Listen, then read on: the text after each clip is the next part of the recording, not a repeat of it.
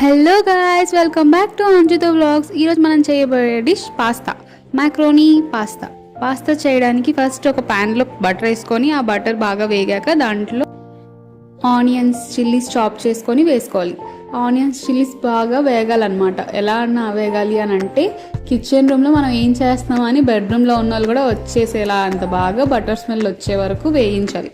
దాని తర్వాత దాంట్లో మైదా వేసుకొని అది బాగా కొంచెం టాస్ చేశాక అది మాడకుండా చూసుకొని బాగా టాస్ చేసుకున్నాక వాటర్ పోసుకొని కూడా వదిలేయకూడదు అనమాట. దాంట్లో అలాగా కలుపుతూ ఉండాలి ఉండలు కట్టకుండా. దాని సెమీ థిక్ పేస్ట్ లాగా వచ్చాక దాంట్లో organo, chilli flakes, peri salt వేసి కలుపుకోవాలి. ఆ కలుపుకున్న దాంట్లో మనం ఉడకపెట్టుకున్న పాస్తాని వేసుకొని దాన్ని బాగా కలుపుకొని అడుగు పట్టకుండా చూసుకొని ఇంకా లాస్ట్లో బౌల్లో సర్వ్ చేసుకుంటే ఇట్స్ రెడీ.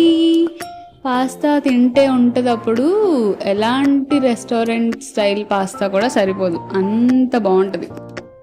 ఇలాంటి మరెన్నో వీడియోస్ కోసం మా ఛానల్ని సబ్స్క్రైబ్ చేసుకోవడం మర్చిపోకండి. Thank you.